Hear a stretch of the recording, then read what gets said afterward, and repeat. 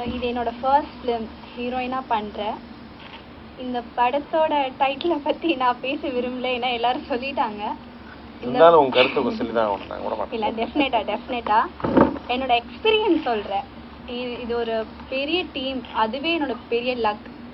Ravi Maria sir, பேரர் sir, Ramesh Kanna sir, அப்புறம் Bhagyaraj sir, Rekha ma'am, இப்படி ஒரு பெரிய டீமோட ஒர்க் பண்ணுற ஒரு பெரிய experience. I am really very happy. ரொம்ப சந்தோஷமாக இருக்குது.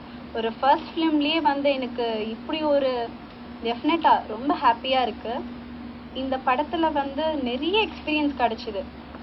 டைரக்டர் சாரை பற்றி சொல்லணுன்னா, ஷூட் ரவி மரியா சார் சொன்னாங்க, அந்த கோடியக்கரையில் சுனாமினே அறிவிச்சிட்டாங்க. அன்றைக்கி நடுக்கடலில் இருக்கோம். நாங்கள் நடுக்கடலில் எப்போ சுனாமி வரும், என்ன ஆகும் எதுவுமே தெரியல. பரபரப்பாக ஷூட்டிங் போயிட்டுருக்கு. ரமேஷ் கண்ணா சார் சொன்ன மாதிரி அவர் குதிச்சிட்டாரு. நாங்கள் அந்த சீனில் குதிக்கிறதுக்குலாம் ரொம்ப தயங்கினோம், ரொம்ப பயம். ஆனால் இவரோட ஒர்க் பண்ண எக்ஸ்பீரியன்ஸ் ரொம்ப நல்லா இருந்தது. நிறைய விஷயம் கற்றுக்கலாம் இவர்கிட்ட இருந்து, ரமேஷ் கண்ணா சார்கிட்டேருந்து நிறைய விஷயம் கற்றுக்கலாம். நாங்களாம் யோசித்தோம், அவர் அதை பற்றி திங்க் பண்ணவே இல்லை. திடீர்னு பார்த்தா தண்ணிக்குள்ளே இருக்காரு, பண்ணிட்டாரு. அது ரொம்ப பெரிய விஷயம். அது எனக்கு அதெல்லாம் நான் நிறைய கற்றுக்கிட்டேன். இந்த படத்துலேருந்து நிறைய கற்றுக்கிட்டேன். நல்ல எக்ஸ்பீரியன்ஸ் இருந்தது.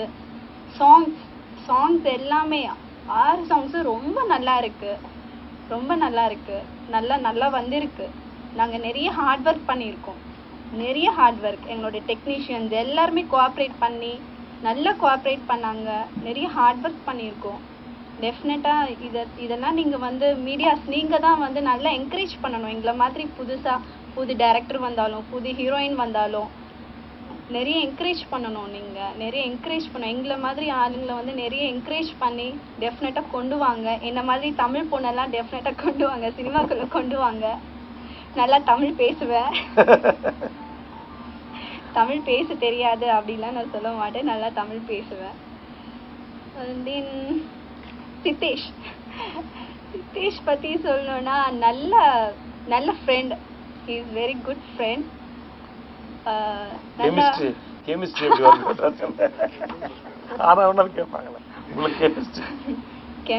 ஃபிசிக்ஸ் எல்லாமே இங்கே ஒர்க் அவுட்டாக இருந்தது.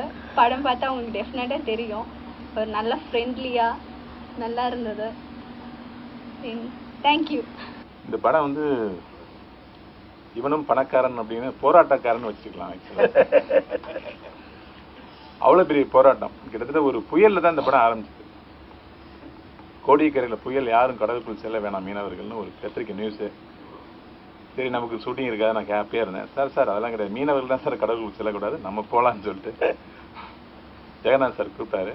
ஆக்சுவலாக சைக்ளோன் அன்னைக்கு ஷூட்டிங் நடந்துச்சு. ரொம்ப பாசிட்டிவ் வைப்ரேஷனாக இருக்குது. இவ்வளவு இப்போ ஒரு புயலுக்கு நடுவில் ஷூட்டிங் எடுத்துகிற ஒரு பெரிய டேரக்டராக இருக்காரு, எதையும் சவால் கொள்வார் அப்படின்னு நினச்சேன்.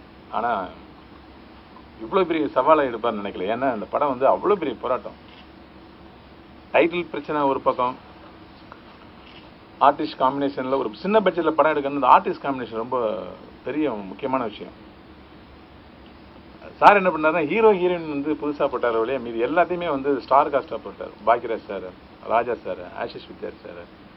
இது படம் ஒரு பெரிய ரமேஷ் கண்ணா சார்.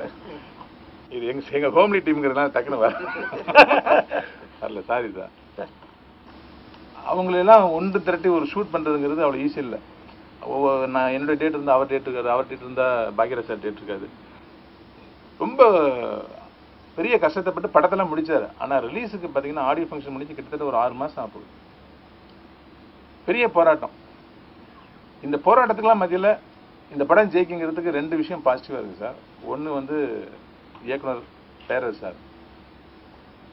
அவர் இந்த படத்துக்கு வசனம் எழுதியிருக்காரு, பாடல் எழுதியிருக்காரு. இந்த படத்தில் நான் நடிக்கும் போது இந்த படத்தில் வேறு மாதிரி நடிப்போம். நம்ம கொஞ்சம் எல்லா படத்துலையும் ஆக்ரோஷமாக பண்ணுறோம், இதில் கொஞ்சம் செட்டில் பெர்ஃபார்மன்ஸ் பண்ணலாம் அப்படின்னு நினச்சி நான் ஃபர்ஸ்ட் ஷாட்டில் நடிக்கும் போது, சார் இது பேரர் சார் டைலாக்கு, நீங்கள் பழனி படத்தில் பண்ண மாதிரியே பண்ணிடுங்க சார் அப்படின்னாரு. நான் பேரர் சார் ஃபஸ்ட்டு பழனி படத்தில் நடிச்சிருக்கேன். இதோடைய வருஷத்தில் 2வது படம். இது எதுக்கு சொல்கிறேன்னா, இந்த படம் பேரர் சார் படம் பார்த்தா என்ன ஃபீல் இருக்குமோ, ஒரு குடும்பம், ஒரு காமெடி, ஒரு சென்டிமெண்ட், பாட்டு, எமோஷனல் எல்லாமே அப்படியே ஒரு பேரஸ் சார் படம், ஒரு ஜூனியர் பேரஸ் பண்ணியிருந்தா என்ன எப்படி இருக்குமோ அப்படி இருக்கும் இந்த படம். என் டப்பிங்லாம் முடிச்சாச்சு. நாங்கள் ரமேஷ் கண்ணா சாருக்கு இந்த படம் வந்து ஒரு வேற மாதிரியான ஒரு திருப்பம் கேரக்டர். ஏன்னா நான் எல்லா சீன்ஸையும் நான் பார்த்துட்டேன். திருஷ்டி கலைன்னா ஏதாவது ஒரு ஆபத்து நடக்கும்பாங்க. ரமேஷ் கண்ணா சார் ஒரு 10 நாள் டிசென்டில் அவசரப்பட்ட ஷூட்டிங்ல.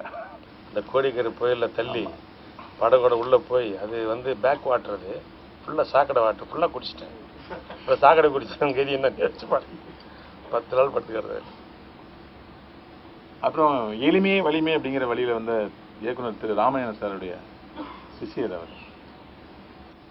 ஒரு படத்துக்கு என்ன தேவையோ, ஏன்னா நிறைய படங்கள் பார்க்குறோம். சில படம் யதார்த்த படங்கிற போர்வையில் யதார்த்தமாகவே போயிடும். சில படம் ஆக்ஷனுங்கிற போர்வையில் ஆக்ஷனாகவே போயிடும். சிலது காமெடிங்கிற போர்வையில் காமெடியாகவே போயிடும். சில டேரக்டருங்க படத்துக்கு தான் எல்லாமே ஒரு சரிசமமாக கலந்துருக்கும். ஒரு மளிகை ஜாமான் வாங்குற மாதிரி மல்லி, மிளகாய், பூண்டு, வெல்லம், இனி அந்த மாதிரி இது எல்லாமே கலந்துட்டு இருக்க ஒரு ஒரு நல்ல படம் ரியலாகவே. இந்த படம் வந்ததுக்கப்புறம் அவருடைய போராட்டம்லாம் மாறி இந்த படம் மிகப்பெரிய வெற்றி அடையும். இந்த படத்தோட ஹீரோ ஆல்ரெடி ஒரு ஃபர்ஸ்ட் படத்தில் நடிச்சிருக்காரு, அப்பாவிங்கிற படத்தில். இவங்க ஆல்ரெடி எங்களோட மாயனி குடும்பத்தாருங்கிற படத்தில் ஹீரோயின் நடித்தவங்க. இவங்க 2 பேருக்குமே இந்த படம் பெரிய ஃபோக்கஸ்டாக இருக்கும். இந்த படம் வந்து ஒரு மிகப்பெரிய வெற்றி படையும் அப்படிங்கிற நம்பிக்கை எனக்கு. நன்றி.